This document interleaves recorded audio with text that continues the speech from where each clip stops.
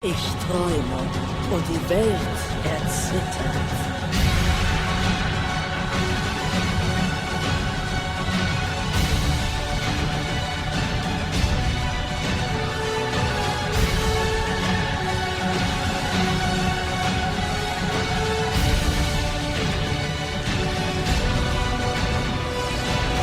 Yes! Yes!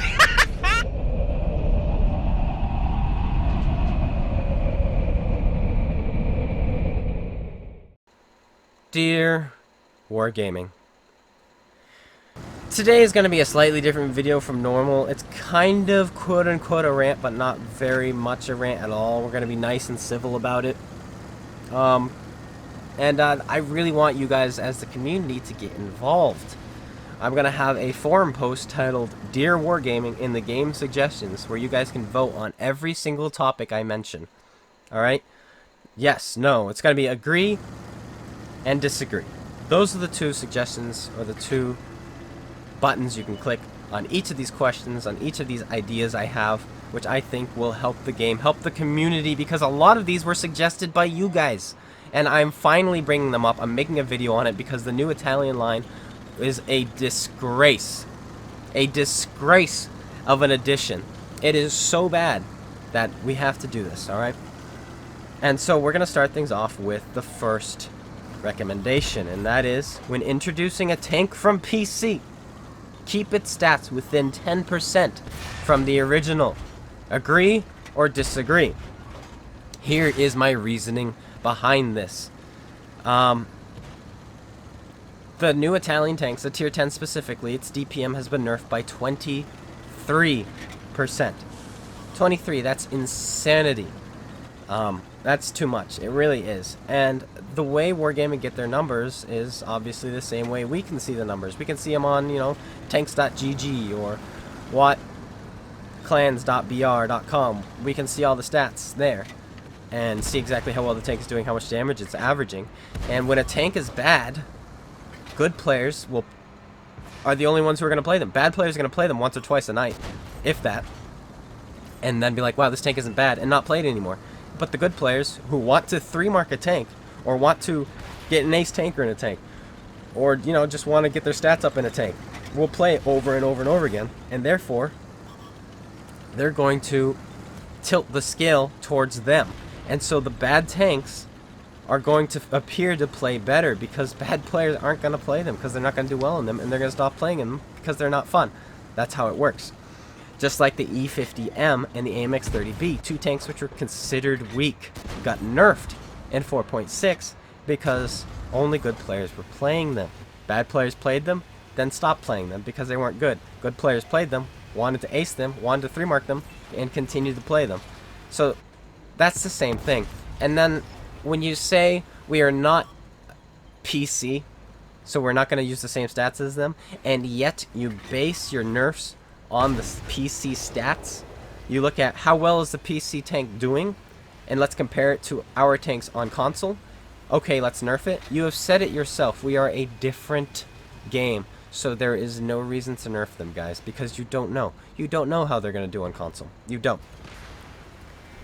Another thing, they gave us a chart for when the Italians were getting introduced into the game. They gave us a chart on how well they're doing on PC compared to how well the average medium tank does here on console. Well, you're first of all assuming that the Progetto, the Italians, are going to be average. You have to realize average is in the middle. There's always going to be tanks that are above average or below average, right? So you can't always have a tank right in the middle. And the second thing you have to realize is, of course, people are doing more damage on PC. It's because in PC, at tier 10, 80% of your games played will be full tier 10. There will be 30 tier 10s in the game. And there are even, what are those big game modes called? I forget what they're called. I'm not going to try to guess what they're called, but they're 30 versus 30. There's even more damage to be had there. So, of course, tier 10s on PC are going to have a higher average than tier 10s on console. There are more hit points to go around. Does that make sense? I think that makes sense. So that's the first one. The rest of these we're going to fly through a little bit quickly, a little bit faster. This next thing, excuse me, is very much related to new tanks on the game. Power creep is important to keep players wanting the new tanks. Do you guys agree or disagree? And I will give you my reason why I agree with this. I think power creep is good for a game. I do. I think it's just a little bit, not too much like they did on PC, you know, with the Defender, the Object 268 version 4. Those were insane. Those power creeps were just a step above and beyond, you know. But, you know, just give us things that are just as good, if not a little bit better than the previous tanks, the previous editions, so that people want to play them. People want to grind them. I know you have this new op system out, and it's making people want to play the game, but they're playing the game and not enjoying the game. They're only playing it to get the ops done, to get the free tank. You've got to introduce something into this game that people enjoy and want, and that would be new tanks. Anytime you release a new tank, it should be better than the E100. It should be better than the Batchat. It should be better than the TVP. Why? So people want to get it. People are going to play it. People are going to grab it. Then maybe nerf it 3 months down the road a little bit. Just a little bit. By 10%, 5%, something small. Just enough so that people, it's not spamming the matchmaking, you know? But, you know, introduce it into the game a little bit overtuned, you know? Just a little bit. Just so people get that. I think that's a good thing. I know it can be annoying to some players, but it's a good thing for the game. It keeps the game healthy because people want to get those tanks. I know now that I've explained that, people are like, oh, I disagree. But I agree with that. I think that's a good thing. Next. This one is a big one. I've heard a lot of people complain to me. I'm part of this Discord group where we're trying to get this implemented. And so I'm bringing it up on my YouTube channel. It's nerf the Death Star and the 4005's Hesh Pen from 275 to 230.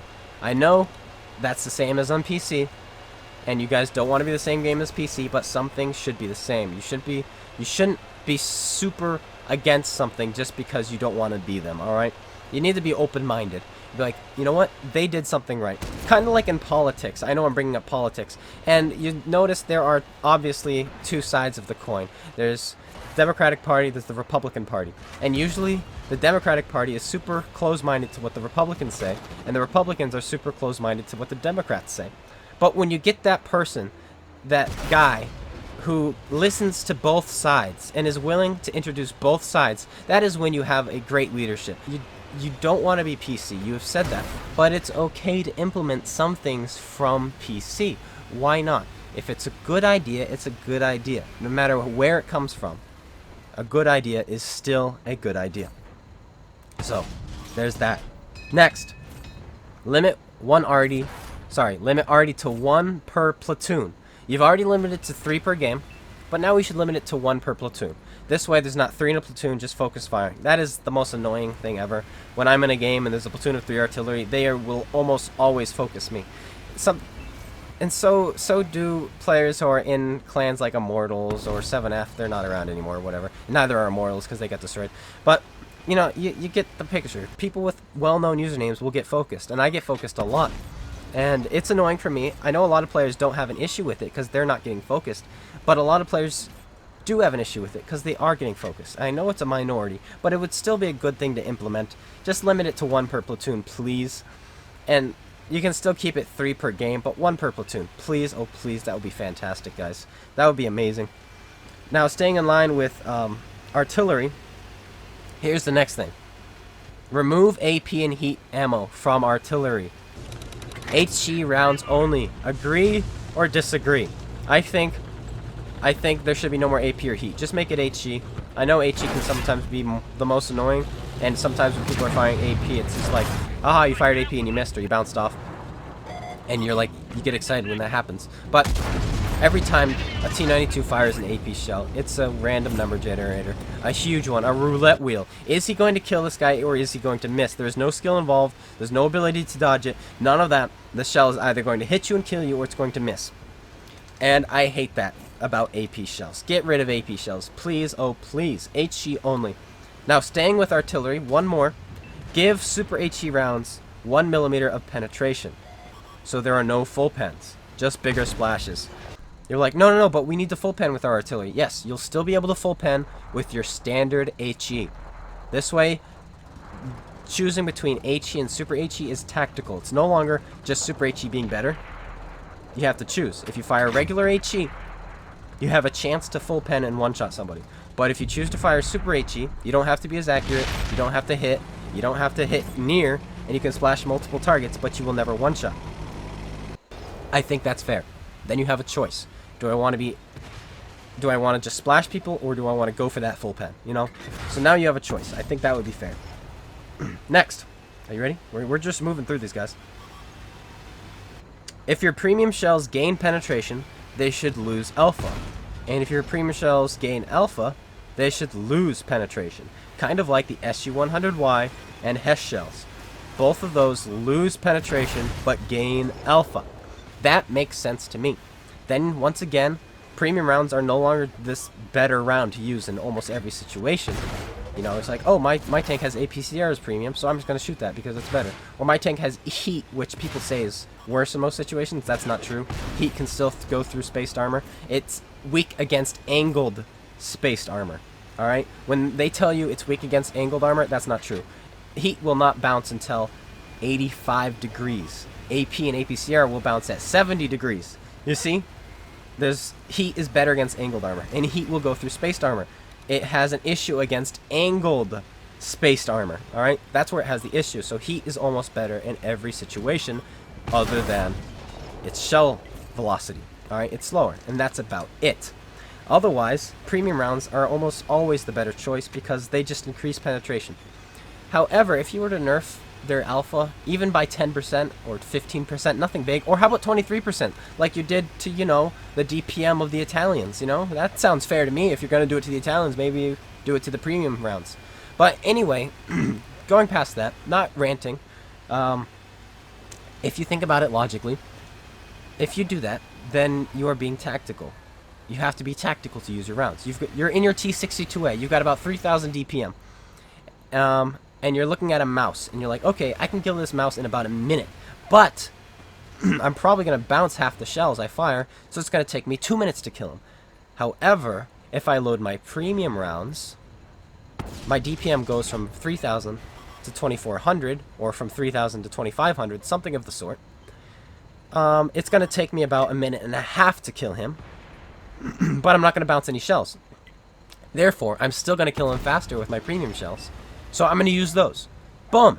There. Now you had to think about it. It's not just like, oh, mouse, press A button. It's going to be, oh, mouse, how do I want to kill him? I'm fighting from the front. I should load my premium rounds. Oh, I've got his side. I should load my standard rounds, you know? So I do more damage. I think that makes sense. I really do. And I think that should be the case with premium rounds. Now we're going to get into some buffs and nerfs of vehicles.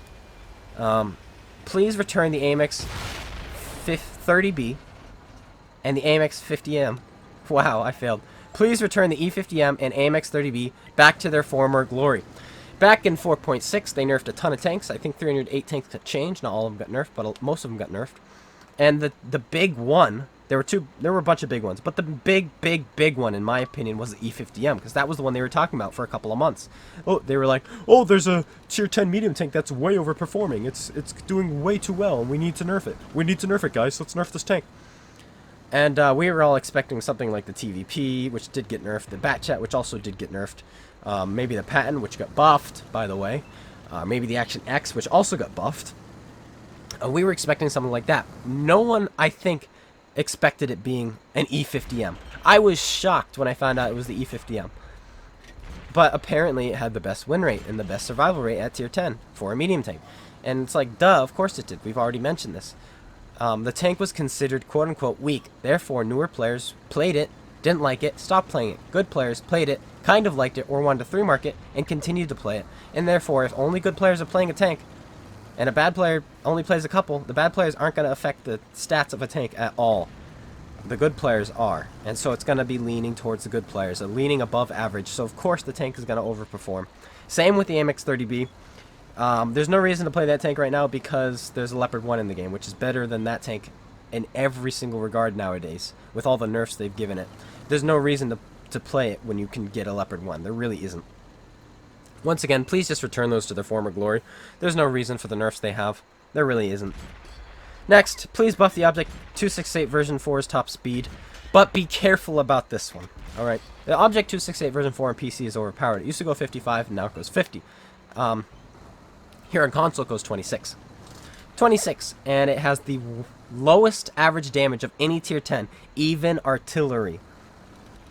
It's got the lowest average damage, but it has the highest survival rate. That is why Wargaming said they're not going to buff it, because it has the highest survival rate. It's like, of course it has the highest survival rate. It's one of the slowest tanks in the game, and it has a lot of armor.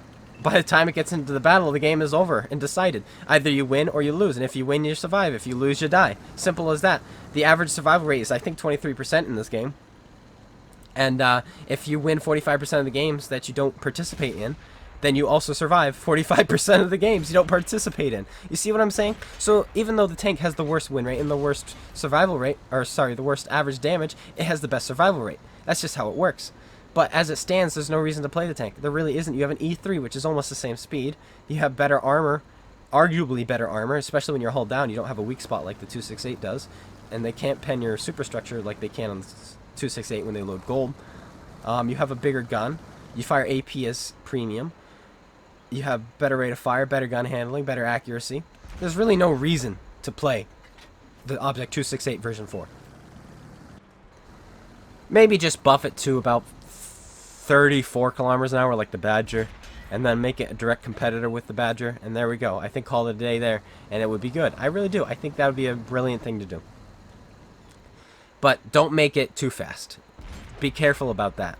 You got to be careful about that one. That one's a tricky one because you do have to be careful with it, because it is way too good on PC. So just be careful with that one. Next is the Badger.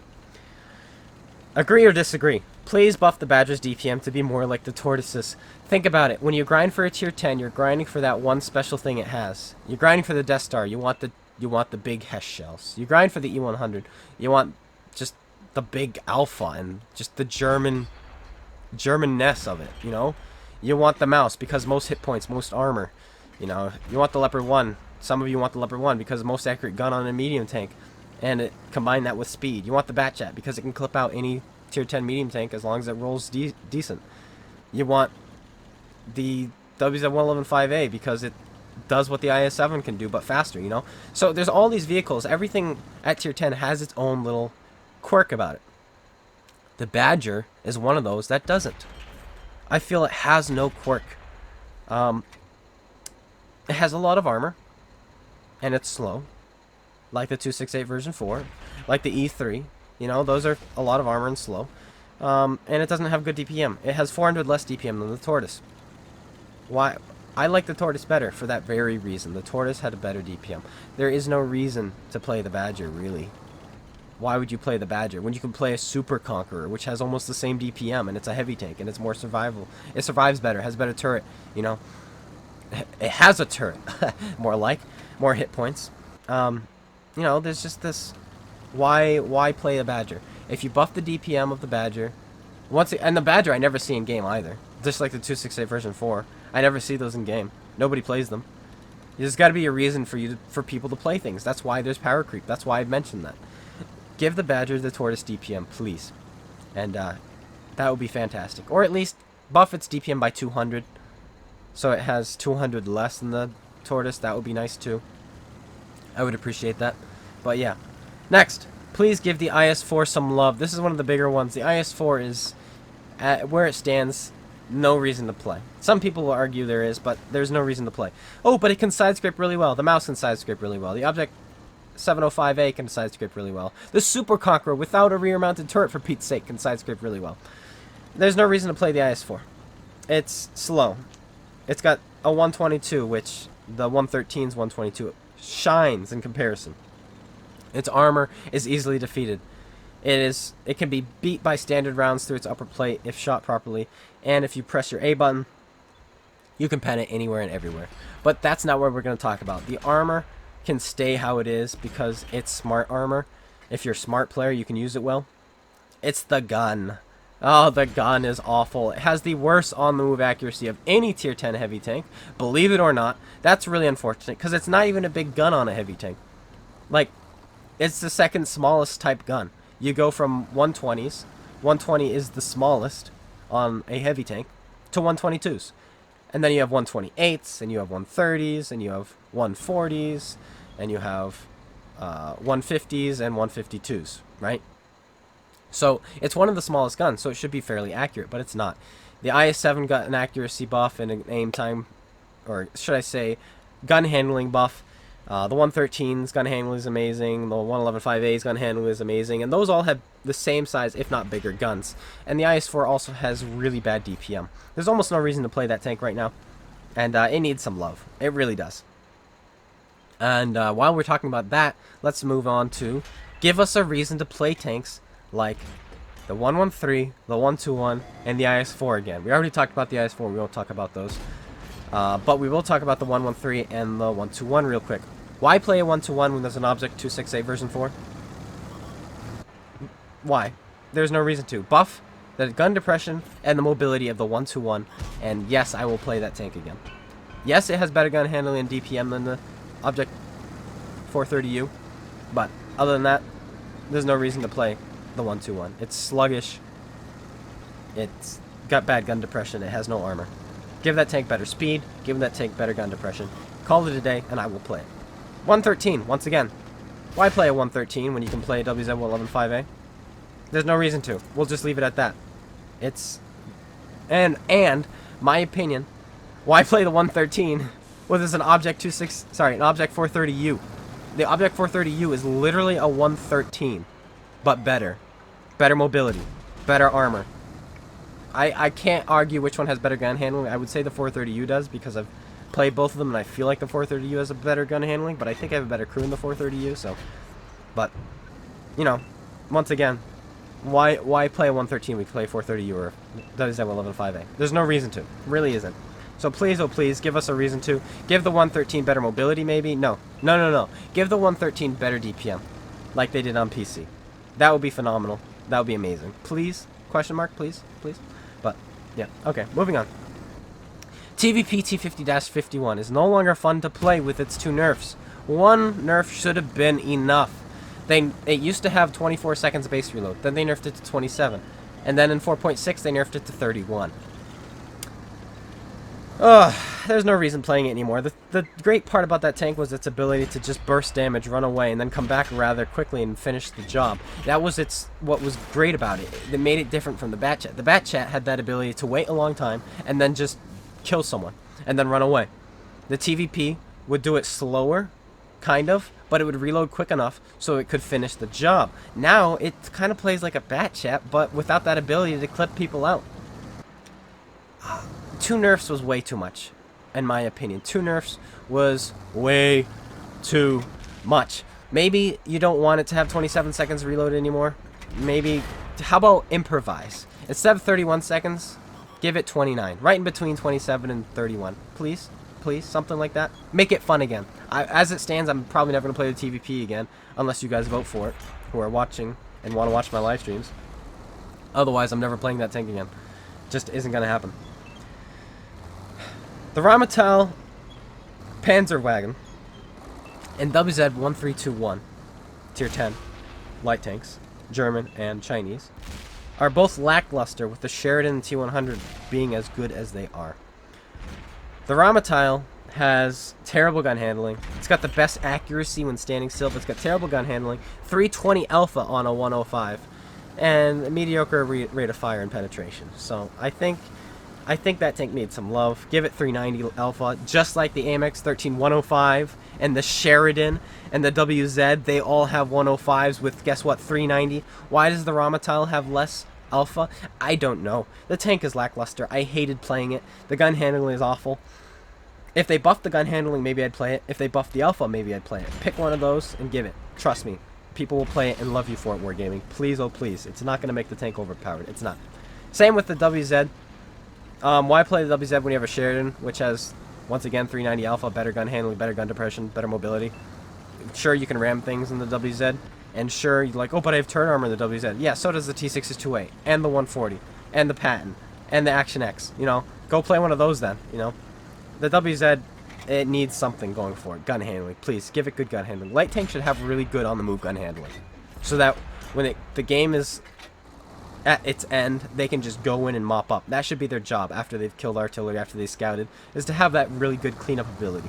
They should. So just buff those things, gun handlings, please. Moving on now.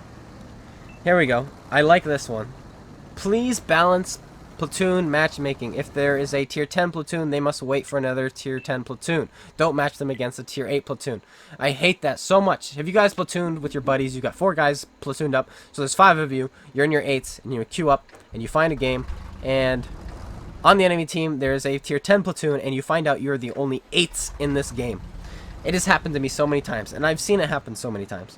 Please, Wargaming, if you're gonna platoon at tier 10, make them wait the extra, 10 seconds? That's it. To find a game which has a tier 10 platoon to go against them. Please, make that a thing. And enough of this tier 10s going against tier 8s in a platoon. That's so dumb. I mean, if the tier 8s find themselves in that game, then make it so that there is a tier 8 platoon against them, you know? It's no fun when you're that tier 8 platoon and there are no tier 8s on the enemy team. It's no fun. And to go with that, please make the tiers equal on both teams. If there are 6 tier 10s on one team, then there should be 6 on the other. Simple as that. You ready? 6 tier 10s, 3 tier 9s, excuse me, and then 6 tier 8s. And then do the same thing on the other team. Makes sense to me. Makes sense to me. Please, oh please, that would be fantastic. And we're down to our last 3 suggestions. Agree or disagree. This one is, don't add XP boosters to the deal of the week. This way we can just buy the tank half off if we wish. And this one you can kind of, alter if you'd like. You can have both one with boosters and one without boosters, but you have to realize, Wargaming, there are a lot of players in this game who don't need the boosters. They already have a ton of boosters, or they already have all the tier 10s, and they just want the premium tank. When you add those boosters, you jack up the price, and it's really annoying. It says it's 50% off, and yes, it is when you compare the price to the boosters, but a lot of people just want the tank, and when you add the boosters, the price goes up too, and it's really annoying. It says 50%, but it's not. Maybe remove the boosters on some of them and be like, yo, you can buy the Chieftain T95 for 6,900 gold with all these boosters, or you can buy it for 4,000 gold without the boosters. Make it, you don't have to make it 50% off if you remove the boosters, but you could still do 40 or 35% off, something like that, without the boosters, and I guarantee a lot more people will buy them, because I will never buy a deal of the week if it has boosters. I won't. It's not going to happen. This one, I like this one. Stop selling reskins and instead sell the skin individually for the specific tank. What do you mean by that exactly? Well, you see, let's pretend they release a skinned T14. I personally already have the T14. But they're releasing a T14X, we'll call it, and it's a T14 with a new skin. They're selling it for 3,000 gold. Okay. I'm not going to buy that. I already have a T14.